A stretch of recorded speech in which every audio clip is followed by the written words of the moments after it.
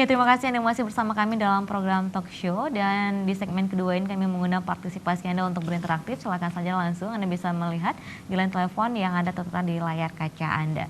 Baik, tema kita masih sama, yaitu peran kolektor dalam menjaga khasanah budaya Aceh.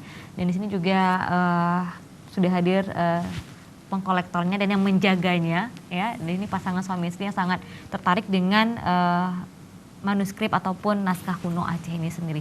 Tadi ingin saya tanyakan bahwa seperti apa ini Ibu merawat manuskrip ini hingga tetap terjaga, tetap utuh, tetap rapi dan yang lainnya. Apakah menggunakan ada cairan-cairan tertentu ataupun harus digunakan diplastikan ataupun seperti apa ini?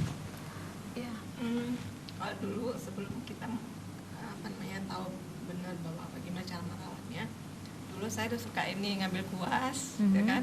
Karena kan udah lama nih saya kuas-kuasin, dibersihkan debunya, diterik matahari, jemur, ya kan? Kita nggak paham sebelum tsunami dulu. Baik. Nah, ternyata itu bisa juga kita lakukan, cuman kan maksudnya kalau kita buat di dalam ruangan tertutup mungkin kan, karena mungkin barangnya udah lama kan lebih berbahaya untuk kesehatan.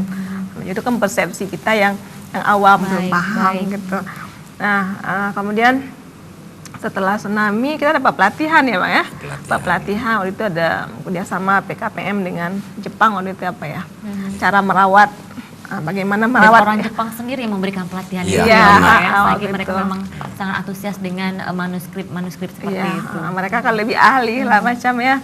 Jadi kita diajarkan bagaimana untuk merawatnya. Misalnya dikasih lah ada lengkapannya pakai kuas juga ternyata. Cuma mereka ada, kalau misalnya udah sobek, mereka bisa restorasi untuk memperbaiki dengan kertas. Kertasnya pun enggak, kayaknya saya lihat kayak semacam kasa.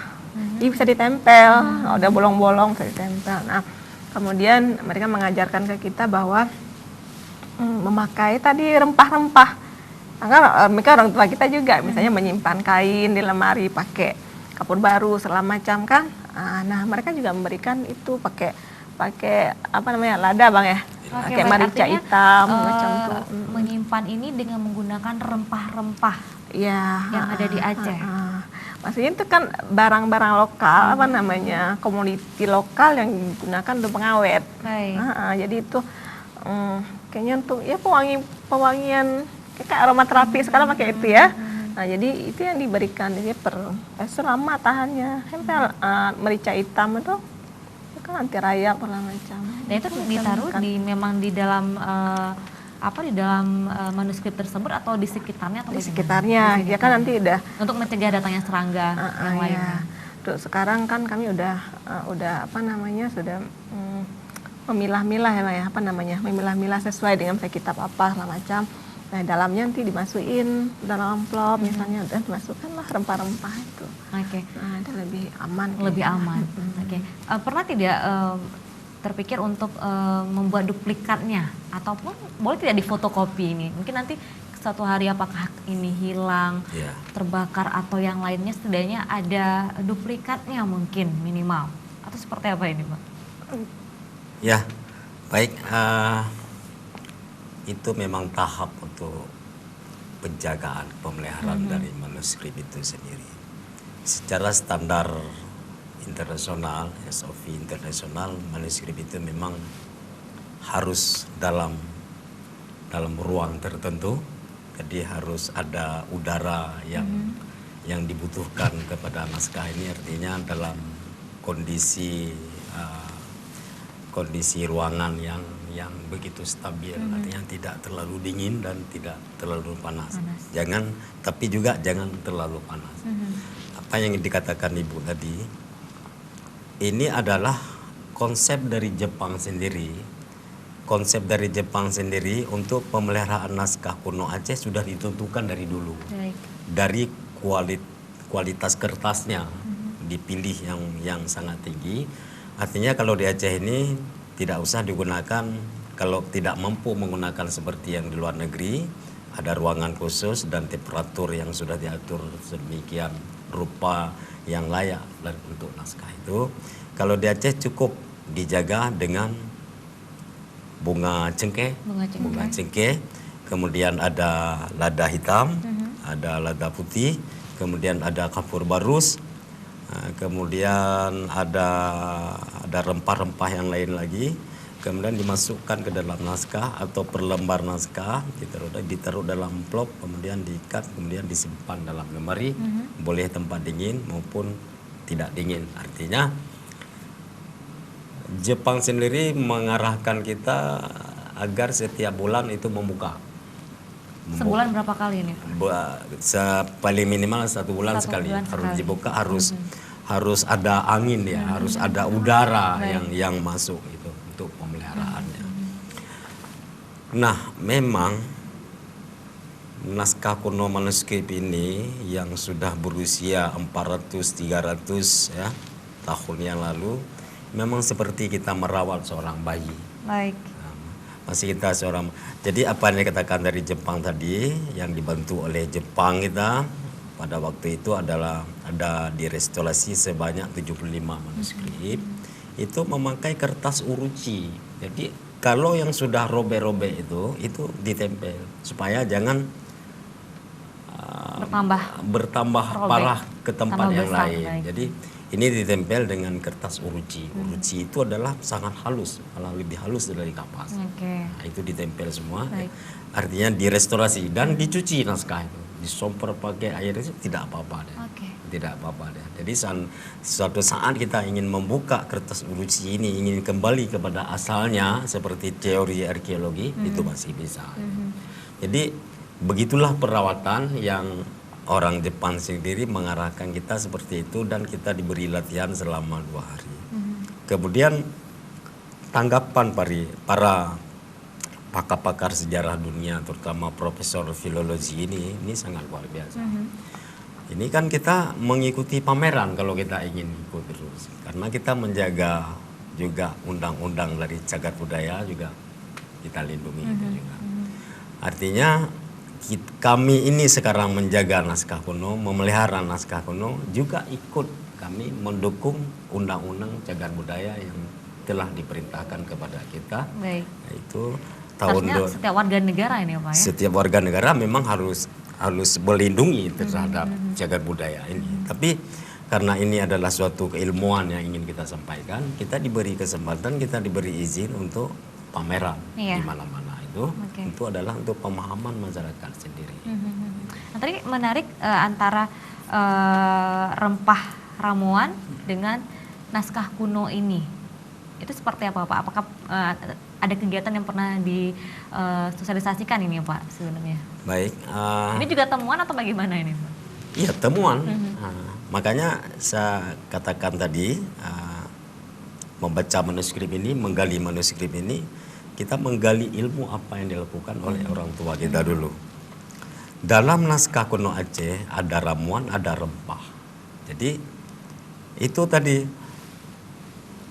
ada isi dalam naskah kuno itu perubatan, banyak perubatan yang diambil dari tanaman yang memang ada di lingkungan kita. Baik. Jadi diramu menjadi obat seperti yang kami lakukan dalam Pekan Kebudayaan Nasional kemarin di Jakarta. Kami diberi kesempatan untuk memberikan presentasi tentang naskah kuno Aceh, ramuan dan rempah. Jadi kita katakan kepada para peserta itu semua bahwasanya di Aceh setiap makanan itu sudah ada obatnya di dalam. Karena sudah diramu sedemikian, karena tanaman yang tumbuh di Aceh adalah mengandung obat-obatan yang luar biasa. Kita sekarang tidak tahu, rupanya sudah tercantum dalam naskah. Baik, ini siapa Pak yang mengundang Bapak di Pekan Kebudayaan Nasional Indonesia ini? Kami diundang oleh Dirjen Pendidikan dan Kebudayaan Republik Indonesia. Kami diundang, kemudian difasilitasi oleh Yayasan Sativa Nusantara. Ya. Di sana berkumpul seluruh Indonesia, para aktivis dan pegiat seluruh budaya, seni budaya seluruh Indonesia. Cuma yang menarik kemarin bidang dari Aceh sendiri. Jadi kita karena untuk kali ini dipaparkan mengenai dari manuskrip itu, isi manuskripnya adalah rempah dalam manuskrip itu menjadi obat, diramu menjadi obat, ya.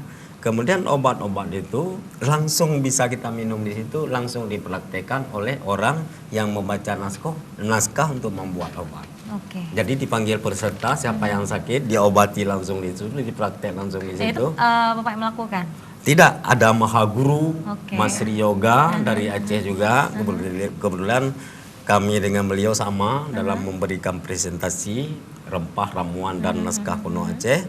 Jadi beliau meracik obat adalah mengambil dari naskah kuno. Dari naskah kuno tersebut. ini sendiri. Jadi yang tidak kita tahu tentang perubatan yang selama ini di lingkungan kita sudah menjadi tahu. Begitu ilmu, hanya beberapa ilmu yang terkandung dalam naskah kuno. Iya. Belum yang lain lagi, belum gempa, belum Iya. bencana Baik. di Aceh. Jadi itu sudah ada dalam manuskrip Aceh, sudah ada. Baik. Nah, tadi menarik mengenai bagaimana menjaga ataupun merawat manuskrip ini sudah kita bicarakan. Dan kemudian sedikit tadi mengenai isi dari manuskrip itu sendiri, salah satunya mengenai rempah-rempah. Tadi yang Pak Tarmizi katakan juga masih banyak yang lainnya, ada mengenai bencana ataupun bisa diceritakan yang sudah pernah Bapak baca dan manuskrip yang sudah Bapak koleksi ini apa-apa saja ini Pak secara garis besar? Ya, secara garis besar di dalam manuskrip itu dia ada ilmu fikih, kemudian ada kitab ibadah dari Siratal Mustaqim sendiri, Syekh Nurdin Araniri, kemudian ada Miratutullah yang dikaryakan oleh Syekh Abdul Rauf yang memang diperintahkan oleh Sultanah Ratu Saifiatuddin. Yeah. Jadi ketika kita ini mengetahui dari perjalanan Miratutullah dengan Ratu Saifiatuddin, berarti Ratu dalam bidang agama menyerahkan sesuatu kepada ahlinya, kepada Syekh Abdul Rauf.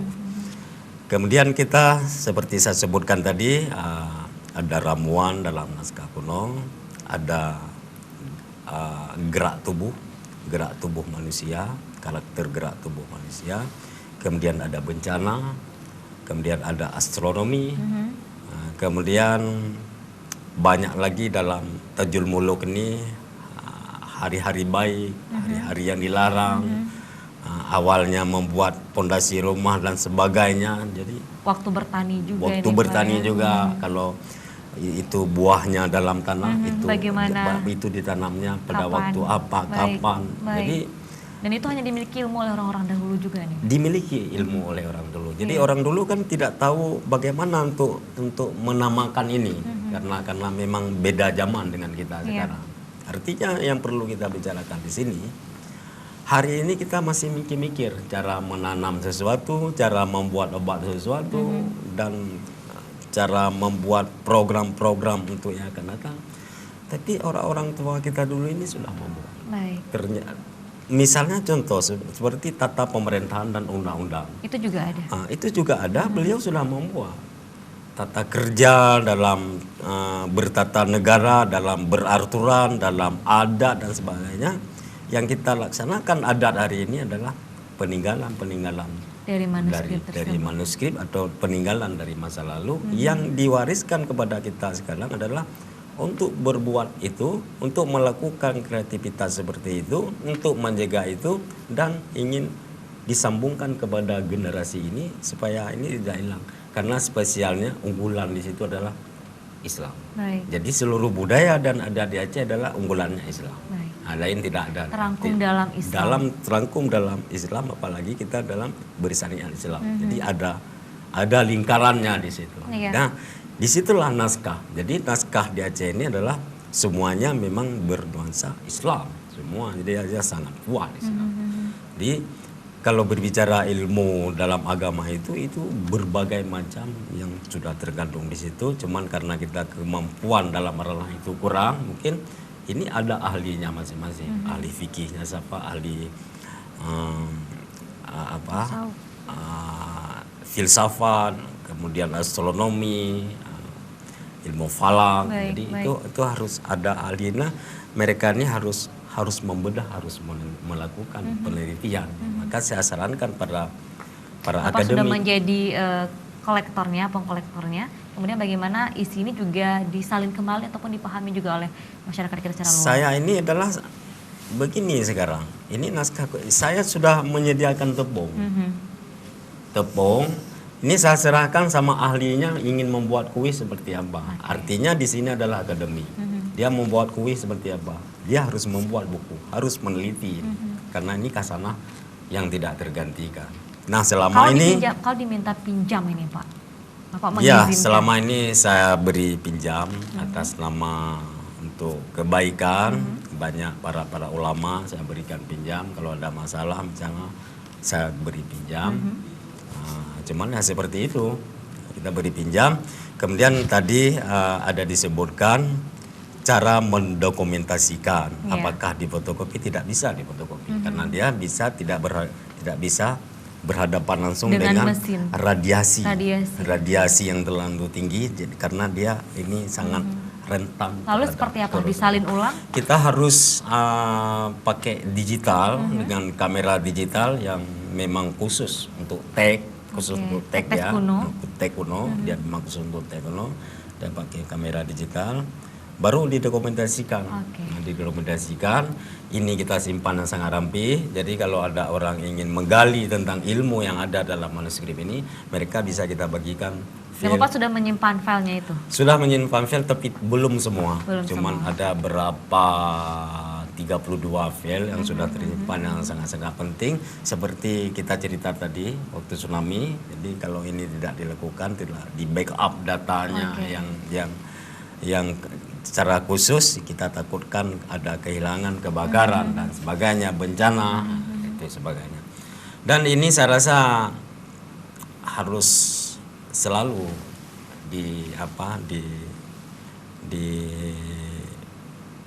dibersihkan, artinya diinformasikan kepada masyarakat semua adalah naskah kuno yang ada dalam masyarakat ini itu jangan harus disimpan sangat rapi. Kalau memang kurangnya ilmu tentang pemeliharaan ini bisa diberikan kepada yang ahlinya untuk disimpan, kemudian apakah diwakafkan atau dipinjamkan atau sebagainya demi kepentingan penelitian keilmuan di bidang ini. Oke, baik ya.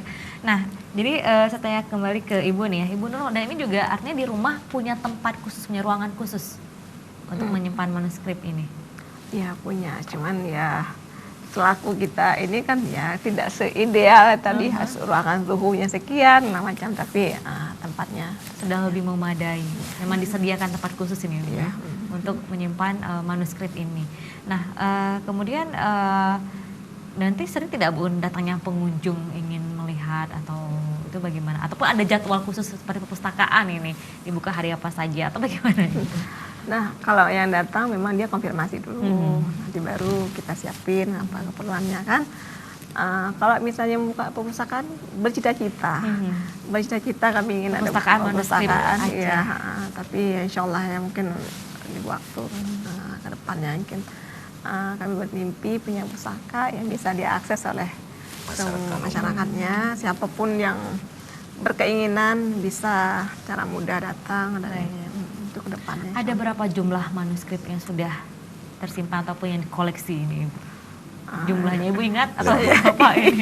Lebih kurang adalah ratusan. Ratusan. Nah, itu didapatkan di mana saja, dari mana saja, atau sudah kemana saja ini untuk mendapatkan manuskrip naskah kuno HC ini? Baik, kalau saya jumpa dengan teman, baik di seminar dan dimanapun berada, mereka tidak menanyakan ini ilmu dari manuskrip. Yang selalu ditanyakan misalnya seperti Profesor Amirul Hadi, guru saya ini. Pak Tarmizi, saya tidak mau tanya masalah isi kandungan manuskrip. Saya ingin tanya dari mana didapat semua. Baik, itu sangat dari mana ini? Ini semua orang tanya dari mana bisa terkumpul begini banyak, dari mana? Apakah menggali dalam tanah atau mencari di mana ini? Sebenarnya ini saya cari seluruh Aceh. Artinya ada orang-orang yang harus masuk ke semua kampung, keluar kampung untuk mendeteksi di mana ada penyimpanan dari naskah kuno itu. Kemudian kita investigasi, kemudian bagaimana cara untuk mendapatkannya, kan ada sesuatu komunikasi menurut adat Aceh lah, kita menurut adat Aceh. Kalau Umi ini, kalau naskah ini saya bawa ke Banda Aceh bagaimana, oh jangan nak, ini anak saya. Kalau di sini terus orang tidak tahu apa isi di dalamnya. Kalau di Banda Aceh nanti ada orang UIN atau ada akademisi. Mungkin yang pemilik awalnya merasa enggan ini untuk memberikannya. Mereka lebih menganggap ini adalah suatu yang baik kalau ditempatkan dalam rumah masing-masing. Ya.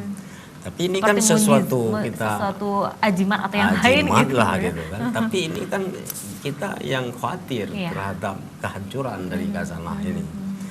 Kemudian ya tahu sendirilah orang Aceh, kemudian mereka minta kompensasi sekian-sekian. Oke, kami pertimbangkan. Biasanya tuh nominalnya dari berapa sampai berapa ini? Nominal saya sebutkan aja di sini, kalau nominalnya paling kecil itu sekitar, kalau dulu itu dari 7 juta. Itu paling kecil itu 7 jutaan. Baik, yang harus kita selamatkan. Harus kita selamatkan. Ada juga yang memang kita tidak mampu di luar keterbatasan yang kita miliki, artinya kita tidak mampu memiliki yang lebih banyak, yang lebih bagus. Artinya kita yang mampu aja kita untuk mengoleksi dari naskah-naskah ini. Nah, ada tidak Pak ini mungkin ada yang memberikan secara cuma-cuma ataupun menyimpan manuskrip ini punya di rumah atau apa, kemudian merasa tidak tahu dibawa kemana dan menyerahkan kepada Bapak. Ada tidak seperti itu? Jarang yang melakukan itu.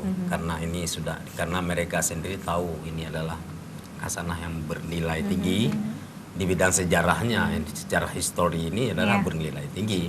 Tapi secara material ini adalah hanya orang-orang tertentu saja yang bisa mengoleksi dan ingin memperoleh ini. Ketika sudah populer seperti munajat perempuan Aceh dalam naskah kuno Pocut di Butung, setelah populer kita buat buku sudah luar biasa itu kadang-kadang diambil kembali. Baik, itu yang membuat bukunya siapa Pak? Yang membuat bukunya Bapak Muhammad Kalam, Dr. Londes Muhammad Kalam, beliau terjemahkan dalam bahasa kekinian sehingga menjadi buku. Nah, ini ada 4 master lagi buku dari naskah kuno kita ingin mencetak. Ini kan kita harus kumpul-kumpul dulu uang pribadi untuk kita cetak. Nah, untuk kita cetaknya harus kita kumpul-kumpul, saya harus kompromi dulu. Karena ini pun sendiri ini adalah ikut mendorong untuk sangat mendukung untuk selamat ini. Jadi kadang-kadang kita meletakkan keperluan yang lain dulu demi untuk pentingnya ini. Kalau yang lain besok bisa kita beli, memang ada barangnya. Kalau ini tidak bisa kita beli karena memang tidak ada barangnya. Itu dari penilaian saya sendiri terhadap manuskrip ini. Tadi ada disinggung siapa saja yang datang ke rumah, kemudian ini anak-anak mahasiswa dari luar negeri, itu kebanyakan ke rumah. Dari luar negeri. Mereka tidak bisa memperoleh data, tidak bisa melihat di negerinya sendiri, seperti Malaysia atau Singapura. Artinya mereka meneliti yang punya Aceh nih Pak, punya Aceh. Karena yang ada di Singapura, ada yang ada di Malaysia, ada di Brunei, memang punya Aceh semua. Apa yang menariknya bagi mereka untuk meneliti khasanah budaya Aceh ini Pak? Ini kan Melayu. Dari Aceh juga Melayu Islam yang terkandung ini. Artinya tamadun dari apa yang mereka pelajari ini sekarang ada di Aceh. Walaupun dia penelitian di luar negeri, ujung-ujungnya dia harus ke Aceh juga. Karena manuskripnya ada di Aceh. Ada di Aceh. Karena dia ingin melihat tokoh-tokoh yang tahu tentang manuskrip, ingin diwawancara untuk mendukung disertasinya lah kan. Jadi banyak seperti Mushaf Al-Quran, banyak para disertasi, para calon-calon doktor itu adalah berlomba-lomba ke Aceh untuk memperoleh, untuk bisa melihat langsung sebuah mushaf Al-Quran tulisan tangan 400 tahun. Berarti juga karena mereka sendiri di negerinya tidak bisa dapat 6 bulan dia buat permohonan untuk bisa dibuka-buka naskah itu tidak dapat. Mereka ceritakan sendiri seperti kalau mahasiswa dari Singapura, mereka sudah 6 bulan untuk bisa lihat langsung sebuah naskah. Dan itu mereka melihatnya di mana itu Pak? Bagaimana? Di negerinya itu melihatnya tersimpan di mana itu? Mereka tersimpan di museum di perpustakaan yang paling mewah itu. Tapi tidak diizinkan? Tidak diizinkan untuk mengakses secara asli. Jadi ketika mereka datang ke rumah kita, kita Mereka tanyakan, bersentuhan langsung malahan bersentuhan ini ya. langsung, tapi mereka hanya terkagum melihatnya, jadi termenung seperti itu. Jadi mereka tidak berani pegang juga kalau tidak diizinkan oleh profesornya. Jadi saya katakan sama Profesor Van Putten, Profesor silakan adik-adik mahasiswa ini dibuka naskah, saya izinkan. Jangan Pak Tarmizi, tapi saya izinkan dibuka aja karena seumur hidupnya mereka belum pernah pegang ini, karena menurut cerita itu dipegang. Oke. Pegang mereka. Dan itu foto. jadi pengalaman berharga Jadi sekali bagi pengalaman mereka. berharga dan mereka bisa baca.